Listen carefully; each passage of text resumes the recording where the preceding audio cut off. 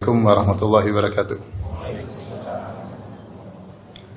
Alhamdulillahi ala ihsani wa syukru lahu ala taufiqihi wa amtinani. Asyhadu an la ilaha illallah wahdahu la syarika lahu ta'ziman li sya'ni wa asyhadu anna Muhammadan abduhu wa rasuluhu ila ridwani. Allahumma salli alaihi wa ala alihi wa ashabihi wa ikhwani. Hadirin dan hadirat yang dirahmati Allah Subhanahu wa taala, pada siang hari ini insyaallah kita akan membahas tentang dampak maksiat atau dosa-dosa dalam kehidupan kita ya. Dan saya akan membacakan dari kitab Ad-Da' wad-Dawa atau Al-Jawabul Kafi karya Al-Imam Ibnu Qayyim rahimahullahu taala. Beliau membuat suatu fasal yang sangat luar biasa. Judulnya Faslun min adraril ma'asi lil abdi fi dinihi wa dunyahu wa akhiratihi. Di antara bahayanya maksiat-maksiat terhadap hamba, yaitu kemudaratan yang akan menimpa hamba terkait dengan agamanya, terkait dengan dunianya dan juga akhiratnya. Sampai Ibnul Wazir dalam kitabnya Al-Awasim wal Qawasim memuji fasal ini ya. Ulama lain memuji fasal yang dibuat oleh Ibnul Qayyim ini. Beliau berkata, "Wa min ahsani man jama'a fi dzalik." Dan di antara yang paling bagus dalam mengumpulkan dampak-dampak maksiat adalah Ibnu Qayyim al-Jauziyah, tilmidu Syekhul Islam Ibnu Taimiyah. Itu Ibnu Qayyim al-Jauziyah, muridnya Syekh Islam Taimiyah. Wa minhu istamadda, dan Ibnu Qayyim mengambil dari Ibnu Taimiyah. Wa dzalika fi kitabin lahu sammahu al-Jawab al-Kafi. Yaitu dalam kitabnya yang beliau beri judul Al-Jawabul Kafi. Farahimahullahu, semoga Allah merahmati Ibnul Qayyim. Laqad jawwada fi zajr anil ma'asi wa ajada wa abda. Sungguh beliau telah bagus dalam memberi peringatan akan bahayanya maksiat dan telah baik serta telah inovatif dalam menjelaskan ya. Wa afada wa amta, beliau memberikan faedah dan luar biasa menyenangkan ya. Faedah yang disampaikan. Wa jaa bima lam yusbaq ila mithlihi, dan beliau mendatangkan faedah-faedah yang belum ada seorang ulama pun sebelumnya mendatangkan faedah-faedah seperti dalam kitab tersebut. Ini pujian ulama terhadap kitab Ibnu Qayyim, terutama fasal ini, fasal tentang bahayanya maksiat ya dalam kehidupan seorang hamba. Kemudian beliau sebutkan banyak sekali dampak buruk terkait dengan dunianya, agamanya maupun akhiratnya. Maka saya akan bacakan ya, sedikit demi sedikit sambil kita merenungkan dan kita hayati ya. Karena siapa sih di antara kita tidak melakukan maksiat? Setiap kita sering melakukan apa? Maksiat, terutama di zaman sekarang. Dengan adanya medsos maka kita semua mudah terpapar dalam maksiat, baik maksiat mata, maksiat telinga, maksiat hati, maksiat lisan ya. Dan banyak hal ya. Dosa-dosa yang kita sering lakukan ya. Dan ini bahaya. Dosa-dosa punya dampak, dosa-dosa kecil maupun dosa-dosa besar. Terkadang seorang hanya memandang dosa-dosa besar yang berbahaya. Dosa-dosa kecil juga bahaya dan pasti punya dampak. Tidak ada dosa kecuali punya dampak ya. Tidak ada dosa kecuali punya dampak. Terlebih kalau dosa-dosa kecil tersebut dilakukan berulang-ulang ya. Makanya Rasulullah SAW pernah bersabda, "Iyyakum wa muhaqaratiz dzunub." Waspadalah kalian dari dosa-dosa yang diremehkan ya. Sungguhnya dosa-dosa tersebut idza syama'na 'ala rajul yuhliknahu. Kalau dosa-dosa tersebut yang diremehkan sudah berkumpul pada seorang, maka dosa-dosa tersebut akan membinasakan orang tersebut. Meskipun kecil-kecil tapi banyak berulang-ulang, maka akan membinasakan. Dan dosa pasti punya dampak. Taib. Saya bacakan, walil ma'asi minal atharil qabihatil madhumati wal mudhirrati bil qalbi wad din wal badan wad dunya wal akhirah.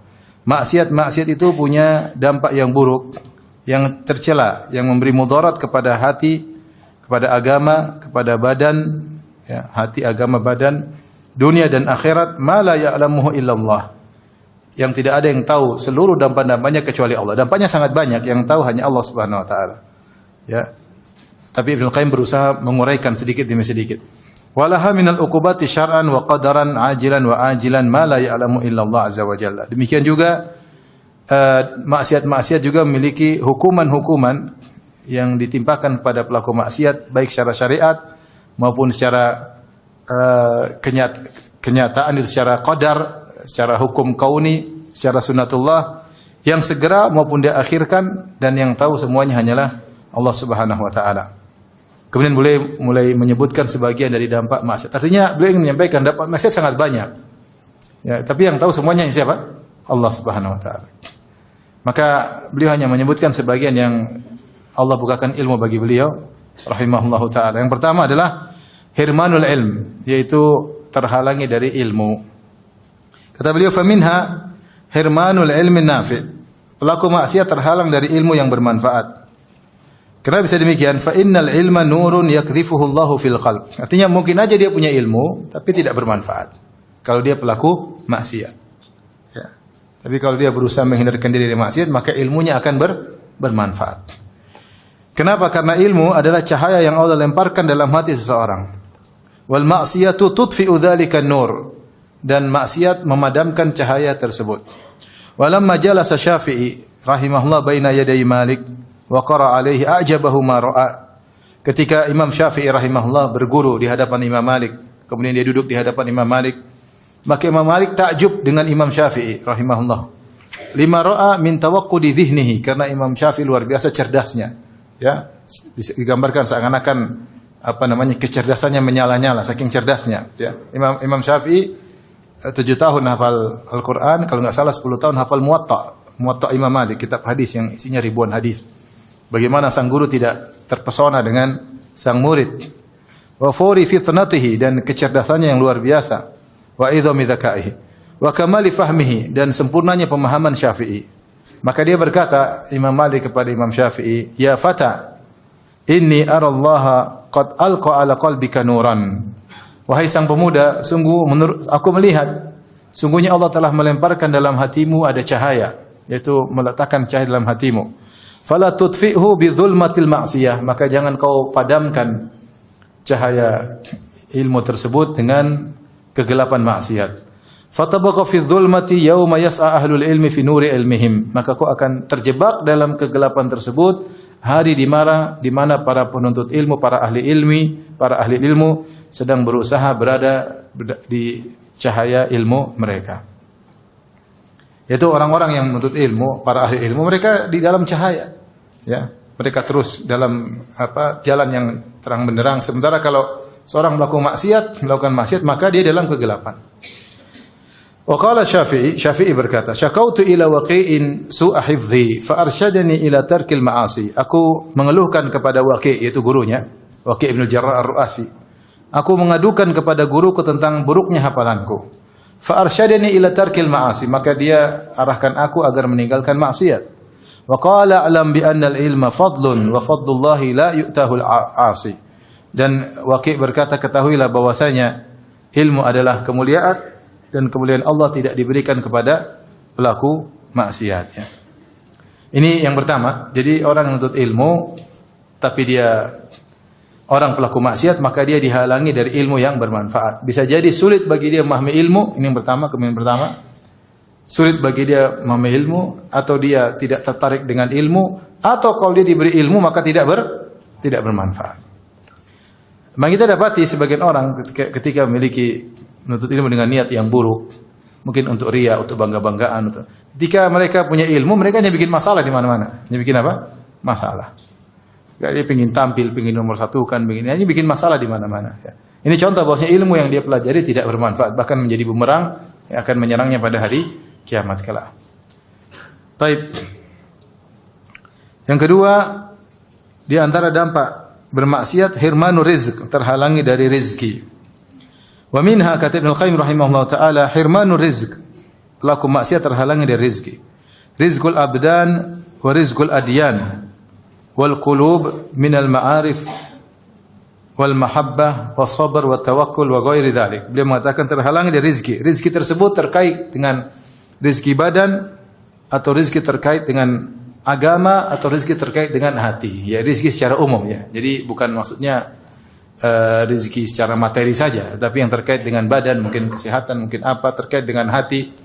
Ya seperti al-ma'arif, ma'rifat kepada Allah menjadi terhalang baginya.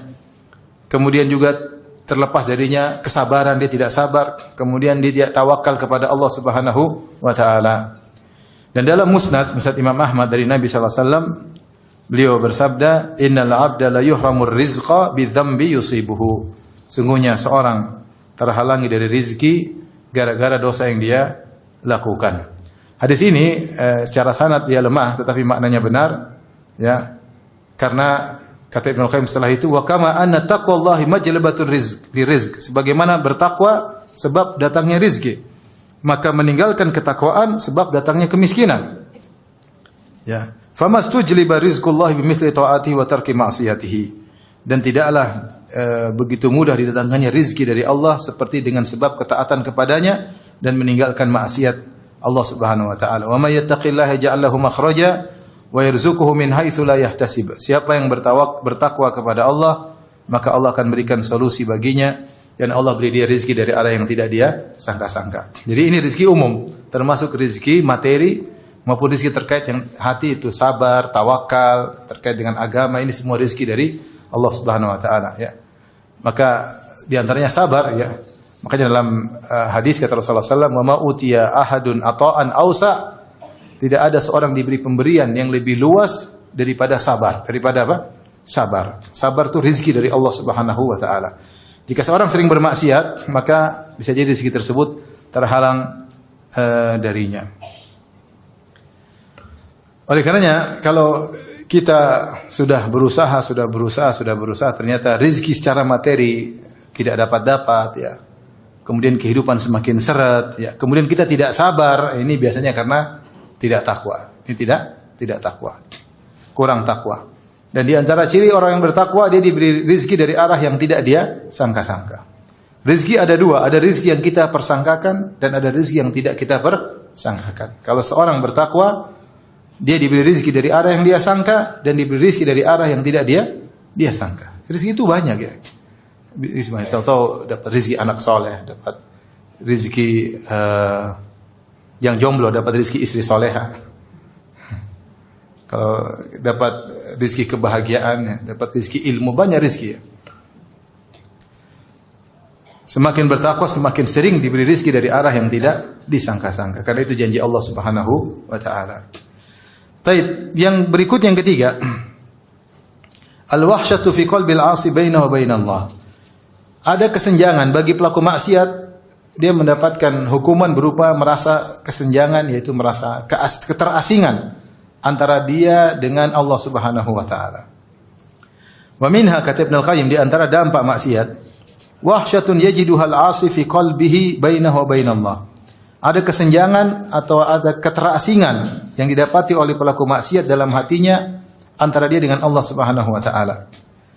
La tuwazinuha wahsyatun. Tidak ada keterasingan yang paling menderita seperti keterasingan ini. Wala tuqarinuha ladzatun aslan, dan ini tidak bisa dibandingkan dengan kelezatan manapun.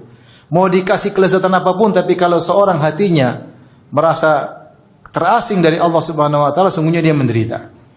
Bahkan kata Ibnu Qayyim rahimahullah taala, walau ijtama'at lahu ladzatud dunya bi asriha lam tafi bitilkal wahsyah. Seandainya seluruh kelezatan dunia dia dapatkan, kekayaan, jabatan, makanan, wanita, semuanya dia, harta dia miliki, tapi ternyata ada keterasingan hatinya dari Allah, maka tidak bisa menambal keterasingan tersebut. Wa hadza amrun la yuhissu bi illa man fi qalbi hayatun. Namun hal ini tidak bisa dirasakan kecuali orang yang hatinya masih hidup. Kalau hatinya masih, dia tahu ketika dia bermaksiat, dia merasa ada kesenjangan antara dia dengan Allah Subhanahu wa taala. Dia kayak ingin menjauh dari Rabb. Dia ingin menjauh dari Allah, dia tidak merasa nyaman dengan Allah Subhanahu wa taala. Dan ini kesengsaraan yang dia rasakan dalam hatinya. Berbeda kalau orang hatinya sudah mati, kata Ibnu Qayyim, wa ma li jurhin bimayyitin wa ma li jurhi bimayyitin ilamun. Adapun mayat kalau dilukai maka dia tidak merasa sakit. Artinya hati yang sudah mati dia tidak merasakannya. Tapi orang kalau masih ada iman, kemudian dia terjerumus dalam maksiat, dia pasti merasakan hal tersebut. Ada keterasingan, ketidaknyamanan, kekhawatiran, ketakutan. Ya, tidak ingin dekat dengan Allah. Mau dekat dengan Allah ragu-ragu. Ya. Tidak ada kelezatan dalam beribadah. Mau ke masjid aja nggak enak, mau ikut pengajian nggak enak. Dia ada keterasingan luar biasa antara dia dengan Allah Subhanahu wa taala akibat maksiat yang dia lakukan.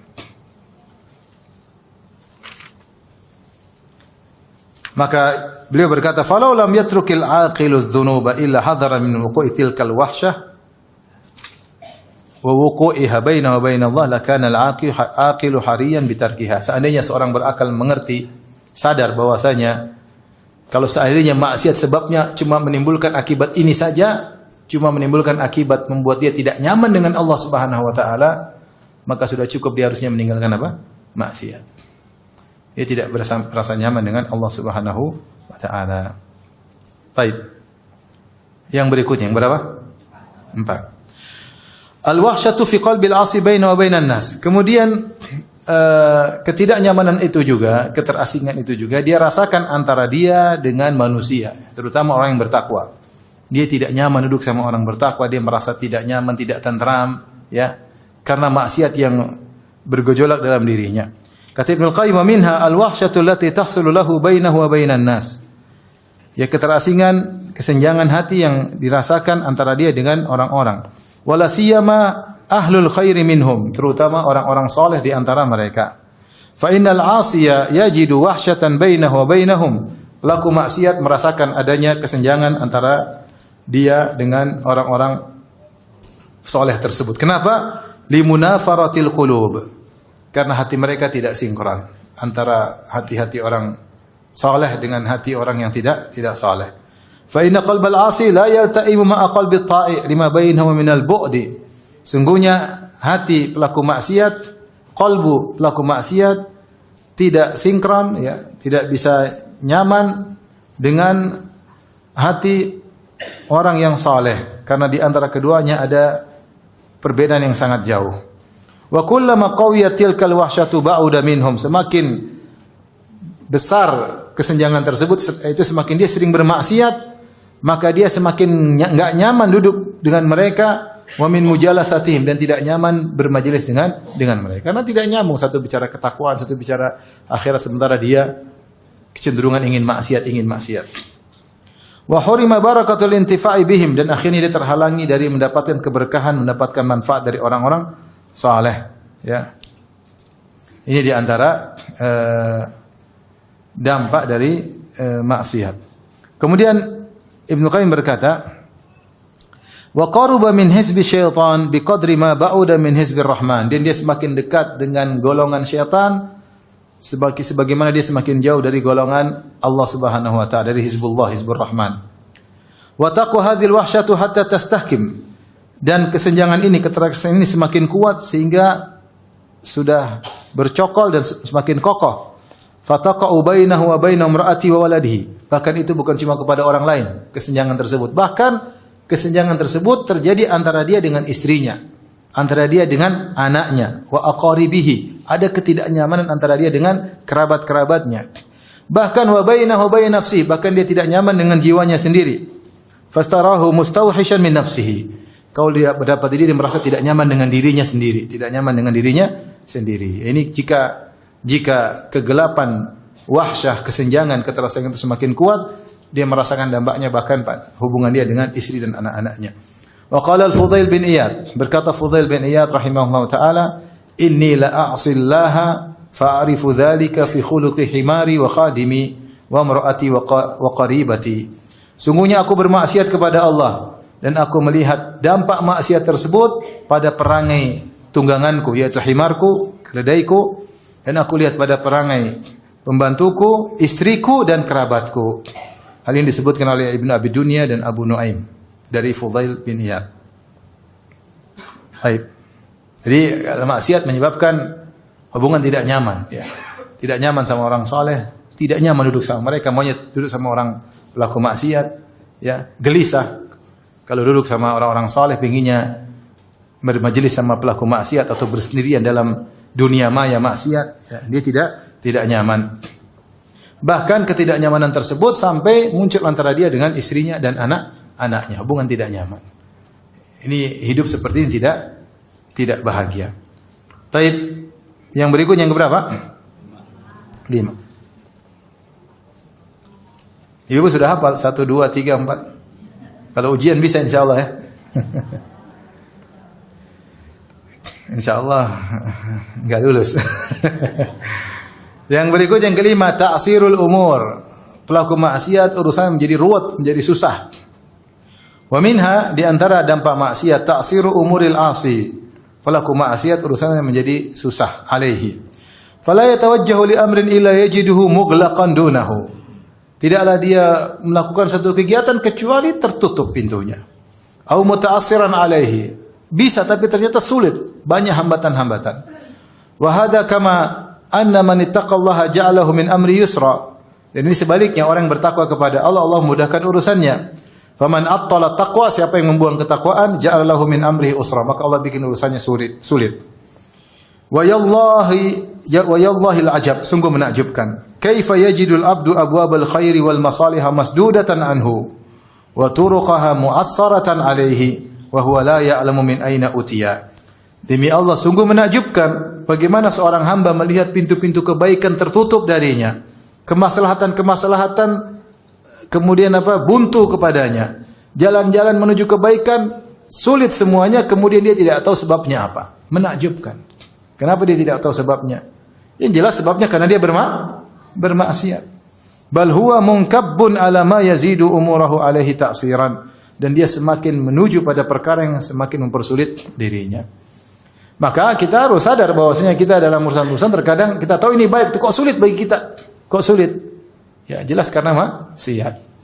Makanya kalau seorang sudah merasa sulit, sering beristighfar, astaghfirullah. Ada ikhwan nazar ditolak melulu, itu pasti maksiat. Kalau jomblo nazar ditolak, apa kurangnya? Saya ganteng, pakai mobil kok ditolak? Ada masalah ini. Segera istighfar. Oleh karenanya, ya, maka aneh kalau seorang ketika ingin melakukan kebaikan, jalan-jalannya tertutup, pintu-pintu tertutup, jalan buntu semua, terus dia tidak sadar, kok bisa? Qul huwa min indi anfusikum. Sebagai firman Allah Subhanahu wa taala, itu semua dari diri kalian sendiri. Yang mempersulit adalah kalian. Coba kalau banyak istighfar, banyak bertobat, insyaallah jalan-jalan terbuka. Taib, yang berikutnya yang berapa? Yang keenam, zulmatun fil qalb. Kata Ibnu Qayyim, yaitu ada kegelapan dalam hati, merasa kegelapan. Wa minha, di antara dampak maksiat, zulmatun yajiduha fi qalbihi haqiqatan. Seorang pelaku maksiat mendapat di dalam dirinya ada kegelapan yang hakiki. Yuhissu biha kama yuhissu bi dzulmatil lail al-bahim idza dlahamma. Dia benar-benar merasakan kegelapan tersebut sebagaimana jika dia berada di dalam kegelapan malam yang gelap gulita. Ada kegelapan tersebut dia rasakan. Fatasiru dzulmatul ma'siyati liqalbihi kadzulmatil hissiyati li basarihi. Maka jadilah kegelapan dalam hatinya seperti kegelapan yang nyata di depan matanya. Fa inna ta'ata nurun, karena ketaatan adalah cahaya. Wal ma'siyatu dzulmah, dan kemaksiatan adalah kegelapan. Wa kullama qawiyatiz dzulmatu izdadat hayratuhu. Semakin besar kegelapan tersebut, maka semakin besar kebimbangannya. Orang tersebut semakin bingung. Hatta yaqa fil bid'ah wad dhalalat, sehingga dia terjerumus dalam bid'ah, kesesatan.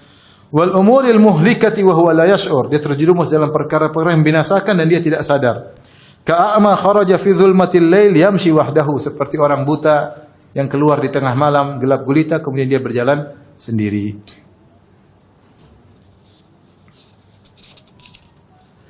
Taib, beliau mengatakan bahwasanya bahaya orang tukang maksiat, akhirnya dadanya menjadi gelap, hatinya menjadi gelap. Kalau sudah gelap dia sulit membedakan mana yang baik dan mana yang buruk. Ada kecenderungan sehingga dia cenderung melakukan bid'ah, cenderung melakukan kesesatan, cenderung mengikuti hawa nafsunya, sehingga terjerumus dalam hal yang membinasakannya dan dia dalam kondisi tidak sadar.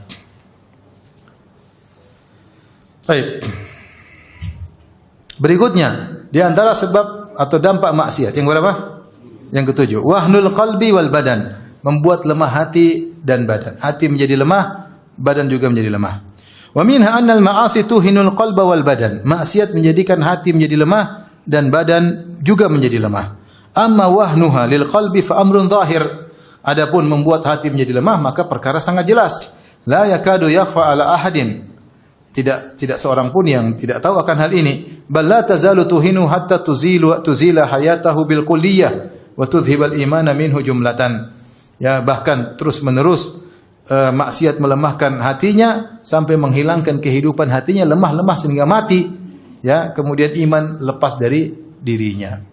Yaitu orang kalau tukang maksiat mulai suudzon pada Allah, mulai tidak sabar, mulai berprasangka buruk kepada Allah Subhanahu wa taala, mulai malas beribadah, mulai tidak tertarik baca Al-Qur'an, terus lemah sampai mati.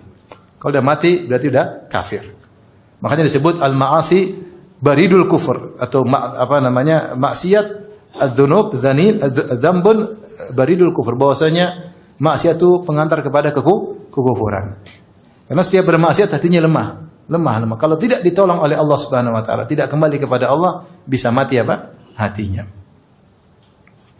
Kemudian Ibnu Qayyim menjelaskan kalau masalah hati menjadi lemah gara-gara maksiat jelas. Sekarang bagaimana penjelasan bahwasanya badan juga melemah gara-gara maksiat. Wa amma wahnuha lil badan. Adapun maksiat menjadikan lemah badan, fa innal mu'mina quwwatuhu min qalbihi. Karena seorang mukmin kekuatannya dari hatinya. Wa kullama qawiya qalbuhu qawiya badanuhu. Semakin kuat hatinya semakin kuat jasadnya. Wa ammal fajir. Adapun fajir, fa innahu wa in kana qawiyal badan. Adapun fajir, meskipun badannya kuat, fa huwa adhafu syai'in indal haja ilaihi. Tapi badannya tersebut menjadi sangat lemah ketika dia membutuhkan badannya tersebut. Fatakhunuhu quwwatuhu, maka kekuatan badannya akan berkhianat kepadanya. Ahwaja ma yakunu ila nafsi, ketika dia sedang membutuhkan kekuatannya. Wa ta'ammal quwwata abdani Faris war Rum. Perhatikan tentang kekuatan Romawi dan Persia. Siapa yang ragu dengan kekuatan mereka? Orang-orang Eropa, tubuh besar-besar, tinggi-tinggi, kuat. Kaifa khanathum ahwaja ma kanu ilai. Bagaimana kekuatan mereka berkhianat kepada mereka ketika mereka sangat membutuhkan kekuatan badan tersebut. Wa qaharahum ahlul iman bi quwwati qulubihim. Mereka kalah dengan ahlul iman, para sahabat yang mereka mungkin makannya sedikit, badannya tidak sebesar orang-orang Romawi, tetapi hati mereka kuat. Ma'anna abnanahum kanat dhaifah, padahal para sahabat badan mereka lemah. Kalau kita lihat bagaimana kisah Khalid bin Walid berperang melawan orang Romawi dan Persia, berlipat-lipat jumlah mereka, berlipat-lipat ganda. Ya, tetapi bagaimana Khalid bin Walid bisa mengalahkan mereka? Kenapa? Karena kekuatan hati mereka. Sementara makan mereka terbatas, badan mereka lemah. Wa khuyuluhum dhaifah, kuda-kuda mereka juga lemah. Kaum muslimin. Wa uddatuhum dhaifah, persenjataan mereka juga lemah. Wa inna ma qaharuhum bi quwwati imanihim wa qulubihim. Namun para sahabat bisa mengalahkan mereka dengan apa? Kekuatan iman mereka. Maka ini bukan, sekarang kan Ibnu Qayyim mengatakan bukan omong kosong. Kalau orang hatinya kuat, dia bisa mengalahkan fisik yang kuat. Meskipun fisik dia mungkin lemah, tapi dengan kekuatan hati yang kuat, fisiknya menjadi kuat untuk mengalahkan secara kasat mata fisik musuh lebih kuat, namun bisa kalah. Dia sebutkan contohnya seperti ini. Ya, para sahabat jalan jauh, bayangkan. Pergi ke negeri Romawi, ratusan kilo, bahkan ribuan kilo, 1000 kilo lebih mereka berjalan. Bawa perbekalan yang seadanya, kuda-kuda yang sudah mungkin keletihan, kemudian jumlah yang sedikit, kemudian sampai di negeri musuh, melawan musuh yang berlipat ganda, ternyata sahabat menang. Apa yang buat mereka menang? Hati mereka yang apa? Yang kuat. Secara fisik mereka menang, mereka perang secara fisik. Ya, dan mereka menang. Ya. Makanya ketika Khalid bin Walid ditanya, "Siapa? Kau datang dengan siapa?" Kata Khalid bin Walid, "Saya datang dengan kaum yang mencintai kematian sebagaimana kalian mencintai kehidupan." Subhanallah. Kata Khalid, "Saya datang dengan kaum yang mencintai kematian sebagaimana kalian mencintai apa? Kehidupan." Repot lawan dengan musuh seperti ini. Repot. Akhirnya kalah mereka. Jadi benar bahwasanya iman yang kuat membuat tubuh juga menjadi apa? Menjadi kuat ya. Dan saya sudah sampaikan tadi dalam pengajian, lihat kita dapati para ulama kita ya. Mereka bukan olahragawan, tapi mereka kuat. Kadang mereka ke sana kemari, kemudian sampai dipanjangkan umur oleh Allah Subhanahu wa taala. Mungkin mereka tidak pikun. Luar biasa ya. Allah beri apa? Kekuatan apa? Hati mereka apa? Hati mereka kuat. Sehingga diberi kekuatan badan oleh Allah Subhanahu wa taala. Yang berikutnya, yang keberapa? Yang ke-8. Hirmanut ta'ah. Pelaku maksiat terhalangi dari ketaatan. Gara-gara dia bermaksiat, dia tidak melakukan ketaatan. Wa min hirmanut ta'ah, falau lam yakun lidzambi uqubatun illa annahu yufawwitu ala fa'ilihi ta'atan aw ta'atin yuhmadu aqibatuha wa tanfa'uhu ahwaja ma yakunu ilaiha. Ya. Kalau seandainya tidak ada dampak buruk dari maksiat kecuali maksiat tersebut membuat dia terhalangi dari melakukan ketaatan. Kadang satu ketaatan, kadang ketaatan yang banyak, yaitu efek domino. Gara-gara satu maksiat ini dia terhalangi satu ketaatan, akhirnya berlanjut ketaatan-ketaatan yang lain juga terhalangi. Seandainya waktu misalnya gampang, seorang nonton film Korea. Film Korea berapa menit biasanya? Saya ingin tahu. Film Korea berapa menit? Berapa menit? Jangan pura-pura tidak tahu. Film Korea berapa menit? 60 menit. Taruhlah 60 menit ya. 60 menit dia duduk nonton Korea. Seandainya dia gunakan untuk baca Quran, tentu ada dia terhalangi dari maksiat, terhalangi dari ketaatan. Gara-gara nonton apa? Maksiat. 1 jam hilang, seandainya digunakan untuk ketaatan, maka ini sudah cukup seorang hendaknya meninggalkan maksiat. Karena dengan maksiat tersebut dia terhalangi dari ketaatan yang harusnya dia bisa dilakukan di waktu tersebut. Yang jadi masalah, ketaatan yang terhalangi darinya terkadang bukan satu ketaatan, tapi ada efek domino. Ada ketaatan-ketaatan lain yang akhirnya terhalangi gara-gara satu maksiat ini. Maka Ibnu Qayyim, seorang yang berakal, seandainya tahu bahwasanya dampak dari maksiat cuma satu ini saja, maka sudah cukup dia meninggalkan maksiat. Karena ketaatan ini luar biasa dampaknya di akhirat kelak, di dunia maupun di akhirat. Dan dia butuh dengan ketaatan tersebut di saat-saat dia sangat butuh kepada kebaikan itu di akhirat kelak. Ternyata ketaatan tersebut tidak dia lakukan. Fa inna dzamba yasuddu fa'ilahu an ta'atin takunu badalahu. Sungguhnya maksiat menghalangi seorang dari melakukan ketaatan yang harusnya dia lakukan ketaatan, dia malah melakukan apa? Maksiat. Wa ma yakfil 'asi uqubata ma'siyati hatta yasuddahu an ta'atin yu'aqabu aidan ala fawatiha. Ya.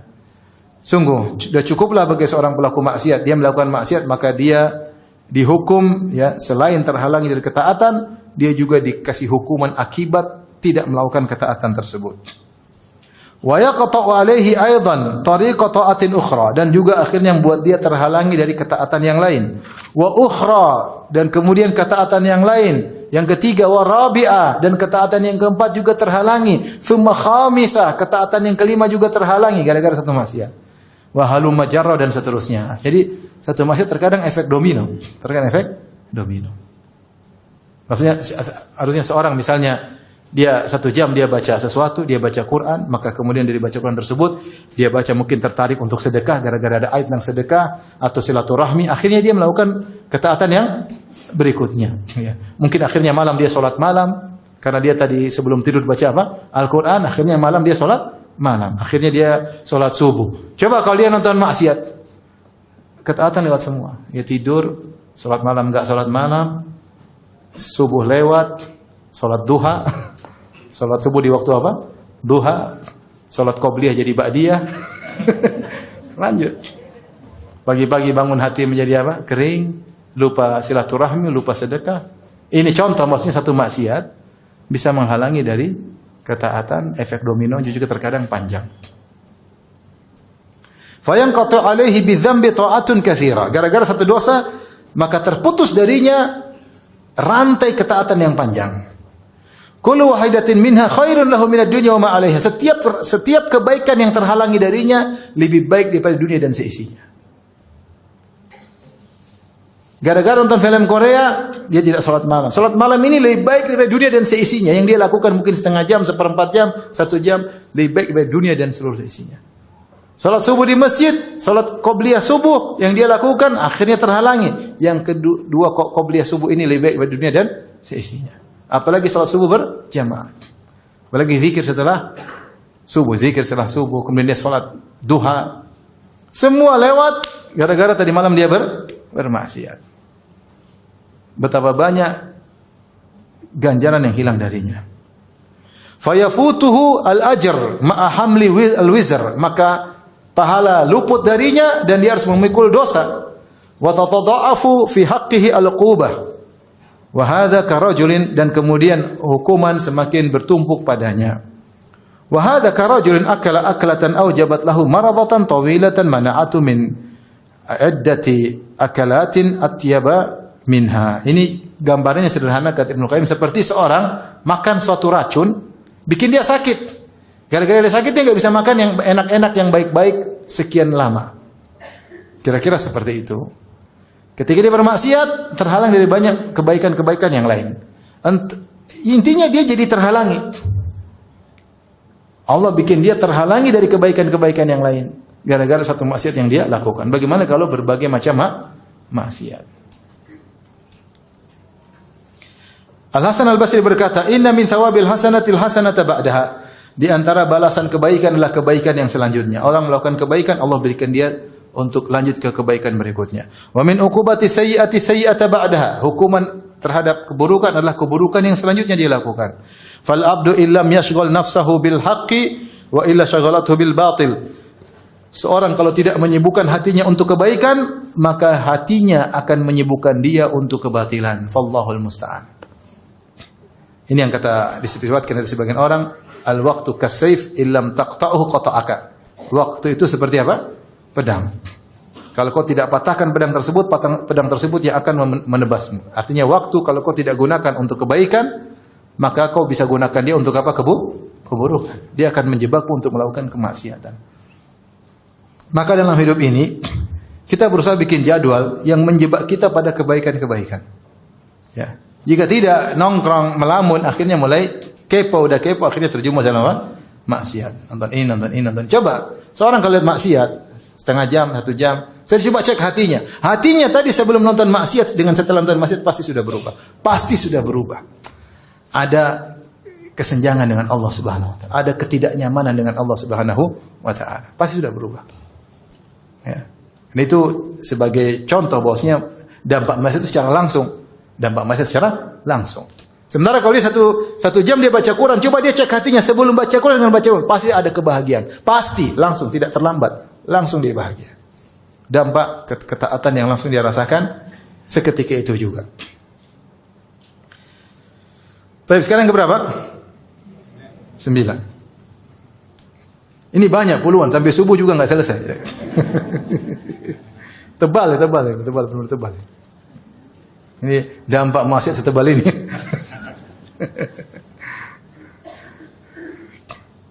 Baik, yang berikutnya yang ke-9. Qisarul umur wa mahqu barakatihi. Pendek umur dan dihilangkan keberkahan umur. Wa minha, kata Ibnu Qayyim, di antara dampak maksiat, annal ma'asi tuqassirul umur wa tamhaqu barakatahu. Maksiat memendekkan umur dan menghilangkan keberkahannya. Wala budda, dan pasti. Fa innal birra wat taqwa kama yazidu fil umur fal ma'siyatu wal fujur tuqassirul umur. Sebagaimana kebajikan dan ketakwaan menambah umur, dan maksiat maka maksiat dan kefajiran mengurangi umur. Wa qad ikhtalafa an-nasu fi hadzal mawdi'. Para ulama telah berselisih apa maksudnya maksiat mengurangi umur. Taib. Wa qala ta'ifatun, pendapat sebagian ulama, sekelompok manusia, nuqsanu umril 'asi huwa dhahabu barakati umrihi wa mahkuha alaihi. Maksudnya berkurang umur bukan umurnya berkurang, tetapi keberkahannya hilang. Hidupnya itu hilang, enggak ada nilainya. Enggak ada yang dia lakukan untuk keluarganya, untuk orang tuanya, untuk dirinya, untuk imannya. Umurnya habis saja buat jalan-jalan, buat ini, buat nonton, buat tawakti, buat hura-hura, buat enggak ada nilainya. Enggak ada nilainya. Anak-anaknya tidak merasakan keberkahan keberadaan bapaknya, keberadaan ibunya. Ya, orang tuanya tidak merasakan ada keberkahan anak-anaknya, enggak ada. Habis umurnya. Kenapa? Habis dengan maksiat. Habis dengan maksiat. Ini maksudnya berkurangi umur. Wa hadza haqqun. Dan ini benar kata Ibnu Qayyim, wa huwa ba'dhu ta'thiril ma'asi, dan ini sebagian dari dampak maksiat. Wa qala ta'ifatun, sekelompok ulama lain berpendapat lain. Bal tunqisu haqiqatan. Menurut sebagian ulama, umurnya benar-benar berkurang secara hakikat.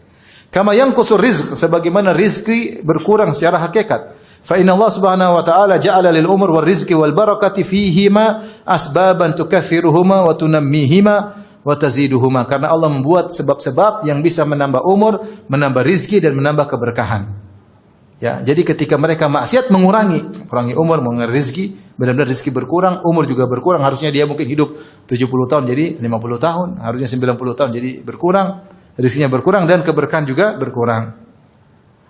Qalu wala yamtani'u ziyadatul umur bi asbabin kama yanqusu bi asbabin. Sebagaimana umur bisa bertambah dengan sebab, maka juga bisa berkurang dengan sebab. Fal arzaq wal ajal was sa'ada was syaqa was sihha wal marad. Rezeki, ajal, kebahagiaan, penderitaan, kesehatan, sakit, miskin, kaya, semuanya dengan takdir Allah. Ya, tetapi Allah mentakdirkannya bi asbabin ja'alaha, dengan sebab-sebab yang menimbulkan akibat. Ya, benar semua sudah takdir, tapi ada Allah menjadikan sebab yang menimbulkan apa? Akibat. Berikutnya waqala tafi'atun ukhra, berkata kelompok yang ketiga. Ta'thirul ma'asi fi mahqil umur innama huwa, ya ini mirip dengan yang pertama, yaitu bukan hakiki tapi majazi. Bahwasanya dampak dari maksiat dalam menghilangkan umur, menghilangkan keberkahan umur, innama huwa bi an haqiqatul hayat hi hayatul qalb. Kenapa? Karena hakikat kehidupan adalah kehidupan hati, bukan kehidupan badan. Walihada ja'ala Allah subhanahu al-kafir mayyitan ghairu hayyin. Oleh karenanya Allah menjadikan orang kafir itu mayit. Kafir itu dianggap mayit oleh Allah, bukan orang hidup.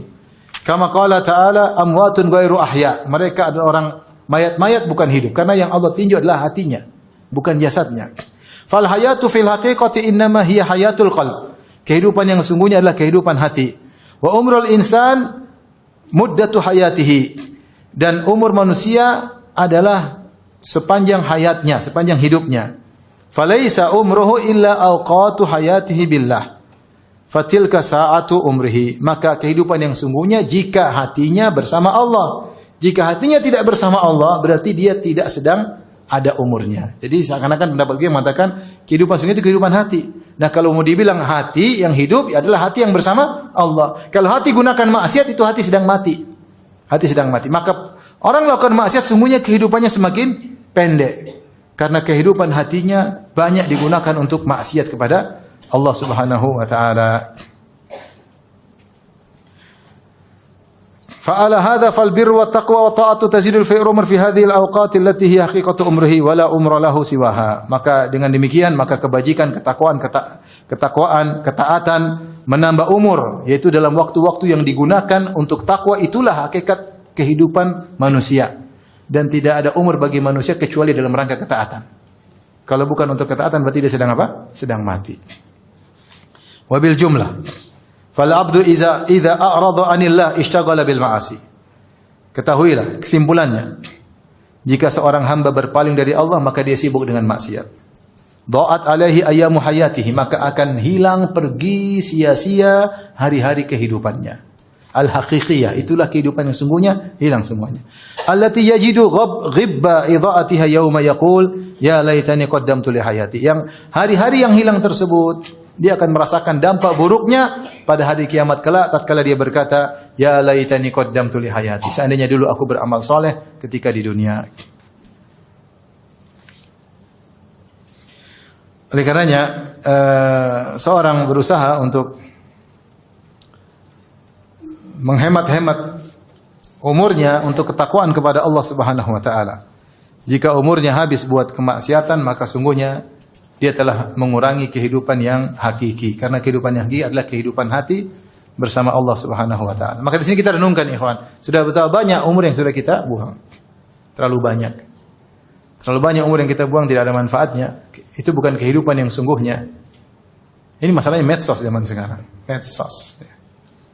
Terlalu banyak musim-musim di zaman kita ini. Musim politik, musim artis, musim ini. Terlalu banyak. Akhirnya kita melihat yang tidak perlu, akhirnya kita melihat maksiat, akhirnya kita komentar.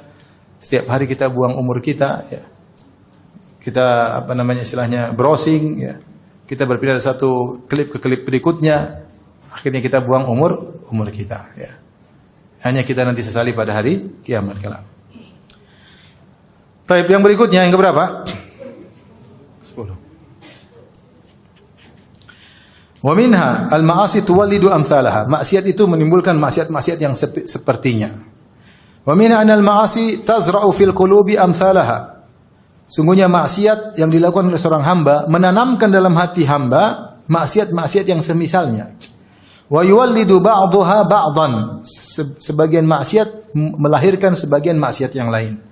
Hatta ya'sur 'alal 'abdi mufaraqatuha, sampai sulit bagi seorang hamba untuk meninggalkan maksiat tersebut. Wal khuruju minha, dan sulit dia keluar dari maksiat tersebut. Maksudnya sudah kecanduan.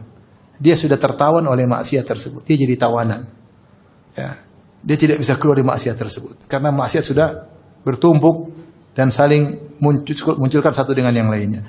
Wa yashulu 'alaihi muqarafatuha wal wuqu'u fiha, dan sebaliknya yang buat dia semakin mudah melakukan maksiat tersebut. Kama qala ba'dhu salaf, sebagaimana perkataan sebagian salaf, inna min uqubati sayyi'ati as-sayyi'ata ba'daha. Sungguhnya di antara hukuman maksiat adalah maksiat yang berikutnya. Wa inna min thawabil hasanati al-hasanata ba'daha. Di antara balasan kebajikan adalah kebajikan selanjutnya.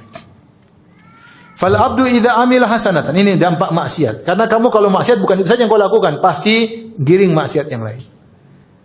Sederhananya orang kalau musik, emang musik aja yang dia maksiatin. Banyak, udah musik pasti ya, disco-disco, kemudian niru-niru orang-orang kafir, kemudian sama cewek-cewek, kemudian syahwat, kemudian teler, kemudian bisa terjun pada zina dan yang lainnya, narkoba dan yang lain. Ya tidak? Ya. Dan itu ya, sering sekali artis-artis seperti itu, sering sekali. Ya. Mereka buat senang orang, mereka sendiri tidak senang, tidak bahagia. Akhirnya narkoba, keluarga berantakan, ya. Tidak ada kebahagiaan, gonta-ganti pasangan, dan seperti itu, ya. Khamar, ya. Zina. Fal abdu idza amila hasanatan qalat ukhra ila janibiha. Jika seorang hamba melakukan kebaikan, maka kebaikan lain di sisinya berkata, ha ana hasanatun fa'malni aidan. Saya juga kebaikan, lakukan dong kebaikan tersebut. Ini dampak melakukan kebaikan. Jika melakukan kebaikan, kebaikan lain memanggil dia, saya juga kebaikan, lakukan dong. Fa idza amilaha qalat ukhra. Kalau dia melakukan kebaikan yang berikutnya, kebaikan yang lain juga ngomong, i'malni, lakukanlah aku juga. Wa thalithatan wa rabi'atan kadzalik. Kemudian kebaikan yang ketiga, kebaikan yang keempat, dan seterusnya, wa halum majarra.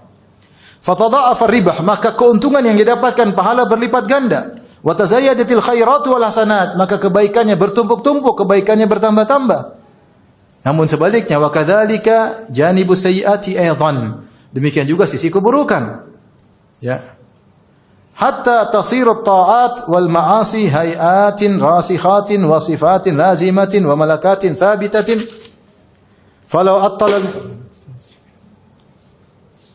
aman enggak?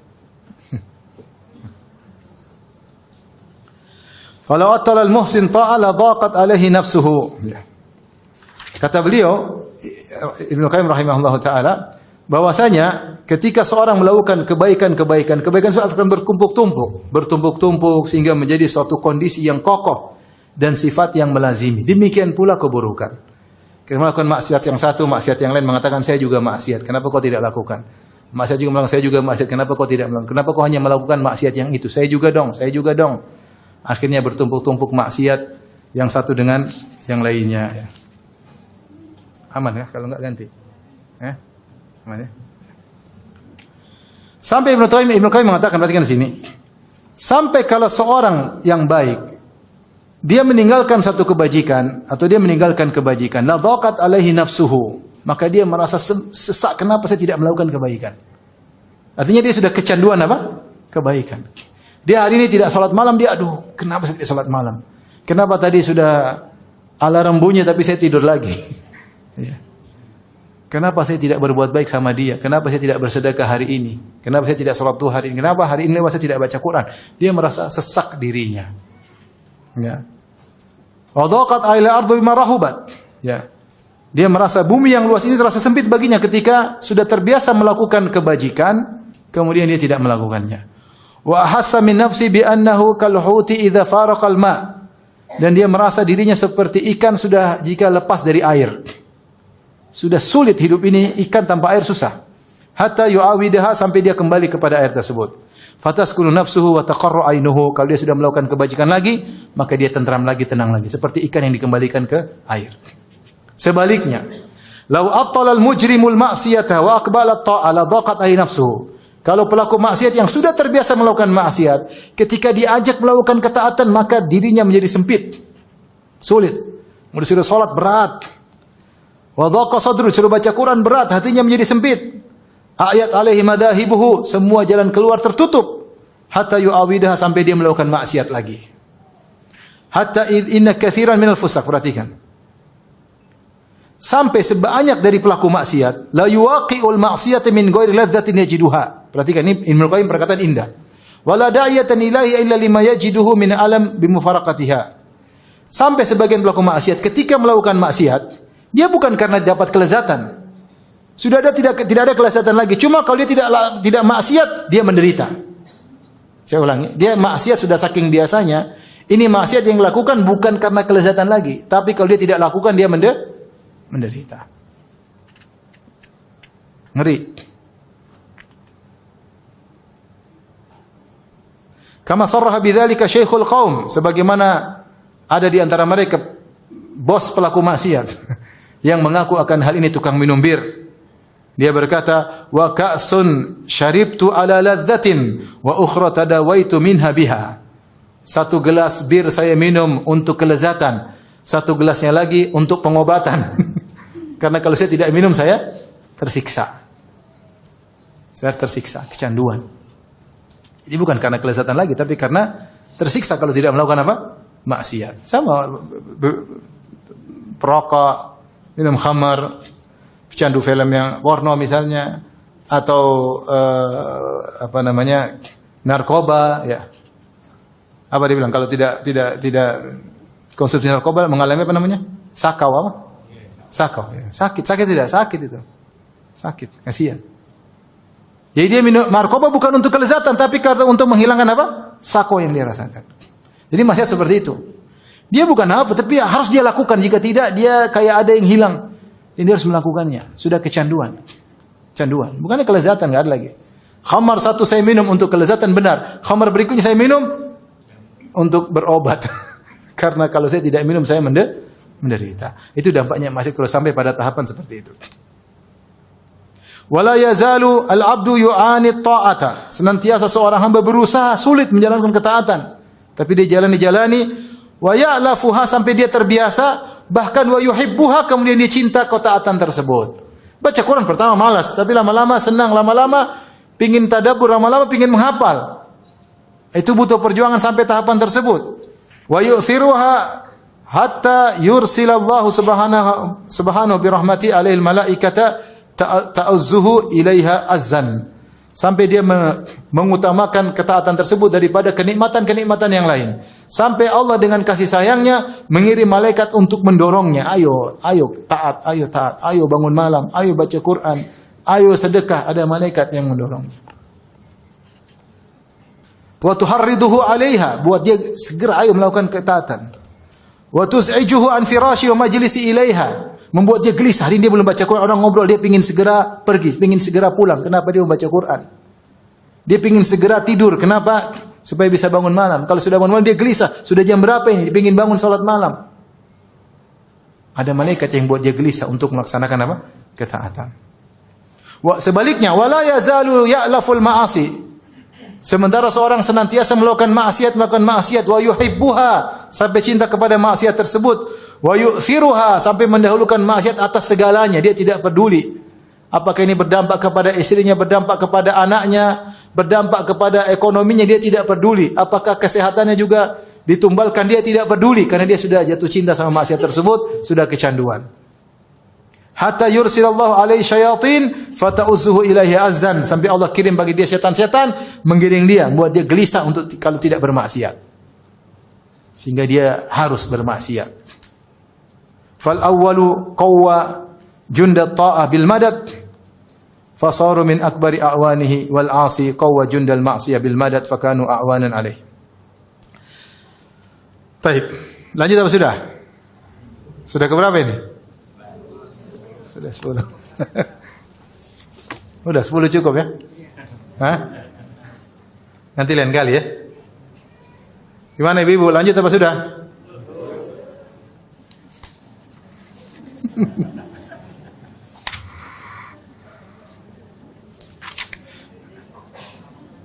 Dua lagi ya. Dua lagi. Biar apa? Satu lusin, 12. Yang ke-11, al-ma'asi tudhiful qalba an iradatihi. Maksiat menjadikan hati lemah, keinginannya menjadi lemah, ya. Wa minha wa huwa min akhwafiha 'alal abdi, dan ini di antara dampak yang paling dikhawatirkan menimpa seorang hamba. Annaha tudhiful qalba an iradatihi, sehingga dia melemahkan hati untuk ingin melakukan kebajikan, lemah, semakin lemah. Fataqwa iradatul ma'siyah, adapun keinginan bermaksiat semakin besar. Wa tad'ufu iradatu taubah syai'an fa syai'an. Pingin taubat semakin lemah. Kepingin taubat tadinya awal pingin taubat, lama-lama semakin tidak pingin bertobat. Semakin lemah. Ila an tansalikha min qalbihi iradatu taubah bil kulliyah, sampai keinginan taubat hilang sama sekali. Sudah dia enjoy dengan maksiat, dia tenggelam dalam maksiat. Falau mata nasifu lama taba ila Allah. Ya. Falau mata nisfuhu lama taba ila Allah. Fayati minal istighfar wa taubatil kadzdzabin bil lisan bi syai'in katsir. Ya. Wa qalbu maqudun bil ma'siyah. Makanya akhirnya apa? Betapa kalau seandainya hatinya mati setengah, kita sudah sulit mengatakan dia bertobat kepada Allah. Ya, kenapa? Dia mungkin bilang istighfar, mungkin dia bilang saya bertobat dengan lisannya sering, hatinya sudah mati setengah. Bagaimana kalau mati seluruhnya? Ibnu Qayyim mengatakan seandainya setengah hati sudah mati, ya, dia kemudian beristighfar, taubat, itu pun kita ragukan taubatnya. Kenapa? Sebagaimana taubatnya kadzdzabin. Fayati minal istighfar wa taubatal kadzdzabin bil lisan bi syai'in katsir, seperti para pendusta yang kami bertobat, kami beristighfar, wa qalbu maqudun bil ma'siyah, sementara hatinya pingin melakukan maksiat. Hatinya berazam untuk maksiat. Musirrun 'alaiha, masih rindu dan candu untuk maksiat. Azimun 'ala muwaqa'atiha mata amkanathu, dan bertekad untuk melakukannya kapan bisa bermaksiat.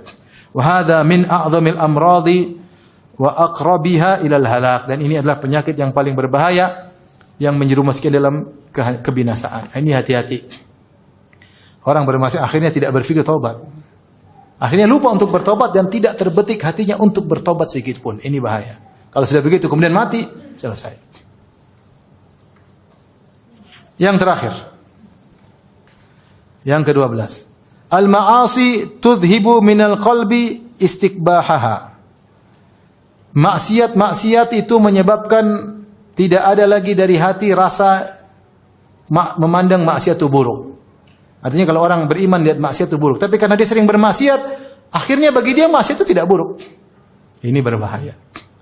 Wa minha, yang ke-12, annahu yansalikhu minal qalbi istiqbahul maksiyah. Gara-gara maksiat maka hilang dari hati rasa memandang buruk kemaksiatan. Fatasiru lahu adatan, jadilah maksiat itu adalah tradisi dia, kebiasaan dia. Fala yastaqbihuha min nafsi wala min ghairihi, sehingga dia tidak memandang maksiat yang dia lakukan buruk, apa yang dia lakukan atau maksiat orang lain yang dia mandang dia lakukan biasa aja. Dia lihat orang lain juga biasa aja. Jadi ini benar, ikhwan. Coba bayangkan, enggak usah orang melakukan. Orang yang sering nonton film Korea misalnya, lihat cewek berdua buka aurat, pacaran, dia biasa aja. Dia lihat anaknya akhirnya buka aurat, biasanya sering lihat, enggak ada masalah. Padahal bukan dia melakukan, cuma nonton. Lihat orang pacaran, anaknya pacaran biasa aja karena dia sering lihat orang apa? Pacaran. Ya. Itu baru melihat maksiat tanpa mengingkari. Apalagi kalau dia sendiri yang melakukan, lama-lama biasa. Lama-lama dia tidak memandang itu buruk. Wala yastaqbihu min nafsi ru'yatan nasi lahu. Bahkan lebih parah, orang tahu dia melakukan maksiat, dia santai-santai aja. Ini udah parah lagi. Dia memandang dirinya tidak mengapa, memandang orang melakukan. Akhirnya ketika orang tahu dia melakukan maksiat, dia biasa-biasa saja. Tidak ada rasa malu, santai aja. Wala kalamahum fihi, dan tidak perlu orang ngomong tentang dia. Ini zaman dulu, ikhwan. Zaman sekarang orang melakukan maksiat, ketahuan melakukan maksiat, tetap jadi tokoh. Tetap jadi bintang, tetap jadi artis. Karena rakyatnya seperti itu. Mau apa? Ini Ibnu Qayyim bicara zaman dulu. Zaman sekarang kalau kemaksiat, ketahuan ini, tetap aja jadi artis. Tetap aja dipuja-puja. Tetap aja disanjung-sanjung. Tetap aja di bintang iklan. Ya. Karena masyarakatnya seperti itu. Wa hadzal hal 'inda arbabil fusuq huwa ghayatu tahattuk wa tamamul ladzah. Kondisi seperti ini di sisi para pembesar tukang maksiat ini adalah puncak dan kesempurnaan kelezatan. Hatta yaftakhiru ahadum fil majalis, sampai di antara mereka ada yang membanggakan kemaksiatan. Lagi kumpulkan bersama orang dia bangga dengan maksiat. Wa yuhadditsu biha ma lam ya'lam annahu amilah. Bahkan dia cerita maksiat yang orang-orang tidak tahu dia lakukan. Saya begini. Dia berkata, "Ya fulan amiltu kadza wa kadza." Tahukah kamu saya melakukan demikian. Ini Ibnu Qayyim bercerita zaman dulu, majelis. Sekarang bukan majelis. Di YouTube, di mana, di terang-terangan. Wa yaqulu li ghairi mimman lam yanal ma nala huwa min ajnasil ma'asi.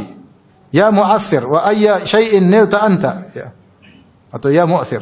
Bahkan di antara mereka ada yang bangga-banggaan. Membanggakan maksiat yang tidak dilakukan oleh orang lain. Emang ante bikin apa? Saya sudah begini bangga. Wa bi ayyi syai'in hadaita, apa yang sudah kau lakukan? Kau belum bisa seperti saya. Ana hadaitu bi fulana wa fulana. Saya sudah berzina dengan si fulana, bangga.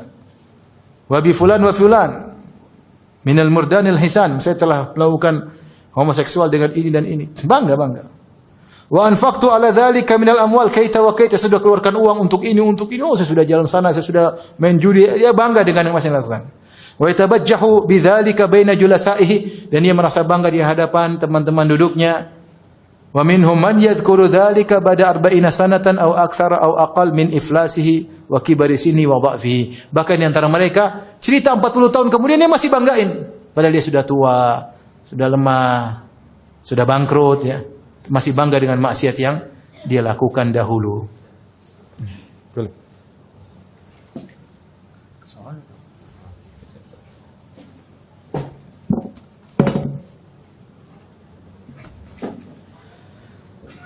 Sudah mau selesai, tenang aja.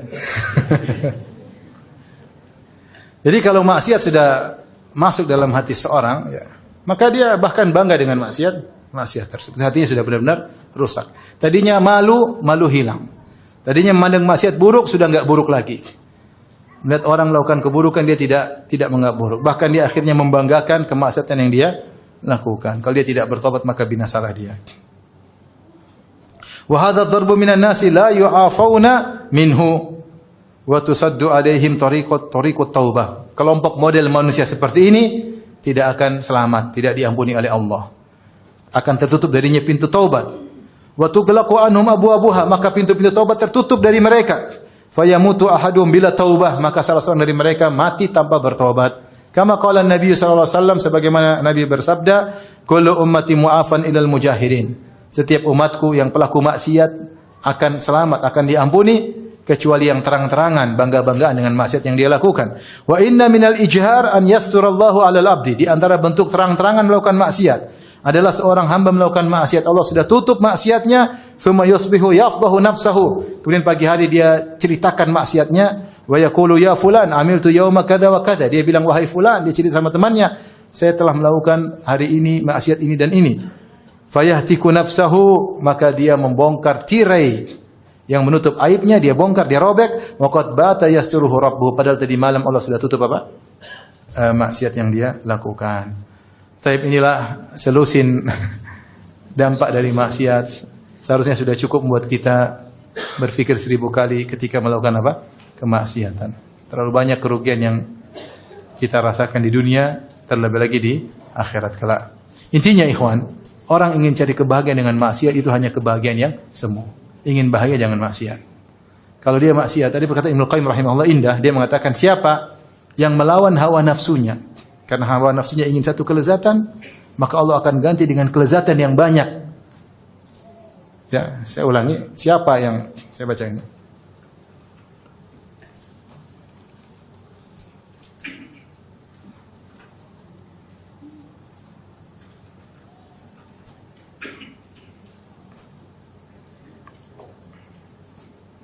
Ibnu Qayyim rahimahullah dalam Rawdatul Muhibbin berkata, mukhalafatul hawa tuqimul 'abda fi maqami man law aqsama 'ala Allah la abarrahu fayaqdi lahu min al-hawaiji adhafa ma fatahu min hawahu.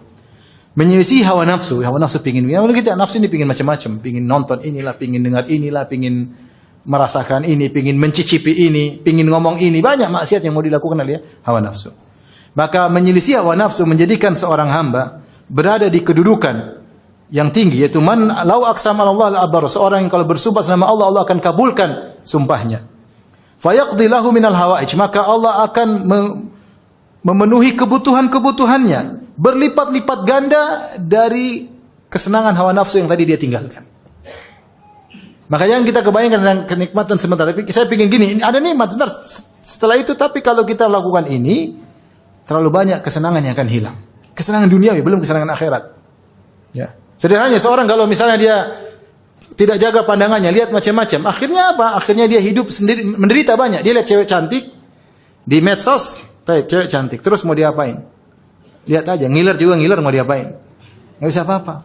Akhirnya istrinya jelek. Akhirnya hidup menderita sama istrinya bertahun-tahun. Akhirnya apa? Apalagi istrinya pesek misalnya. Dia menderita enggak? Tadi padahal istrinya sebelumnya kelihatan mancung. Kelihatan indah. Tapi gara-gara tidak menjaga pandangannya, akhirnya jadi jelek istrinya. Istri yang cantik pun bisa jadi apa? Jelek. Akhirnya yang menderita siapa? Menderita dia. Di dunia, belum di akhirat. Dia yang menderita. Akhirnya dia selalu pingin lihat cewek cantik dan dia tidak pernah meraihnya. Dia tidak pernah merasakannya, tidak bisa mengicipinya, nggak bisa. Yang makanan depan dia tidak mau dia icipi karena sudah tidak ada kelezatan.